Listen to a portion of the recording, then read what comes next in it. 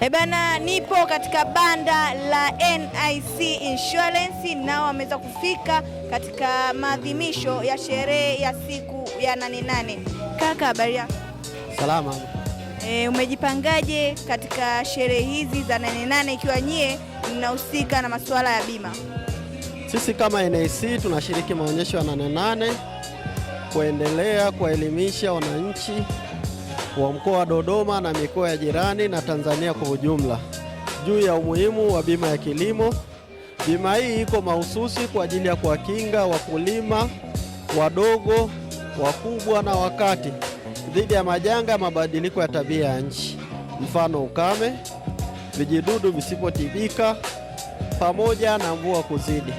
Tunashiriki maonyesho haya kuendelea kuwahimiza wananchi watembelee banda letu kuendelea kujifunza juu ya bima ya kilimo na kuchukua hatua kwa ajili ya kukata ili waweze kujikinga, ili waweze kukinga uchumi wao dhidi ya majanga hayo.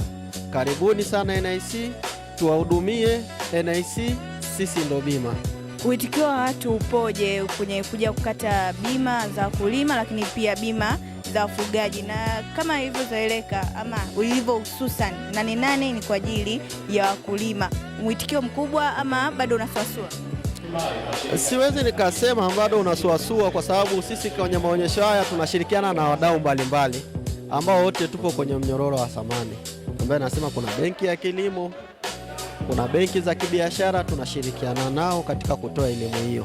Watu wamekuwa wakitembelea kuzidi kufahamu umuhimu wa bima ya kilimo na ni jinsi gani itawasaidia, na sisi tumeshawaeleza na kuwaelimisha umuhimu wa bima hii ya kilimo. Imebakia kwao kuchukua hatua ili waweze kukata na kukinga uchumi wao dhidi ya majanga hayo ya mabadiliko ya tabia ya nchi.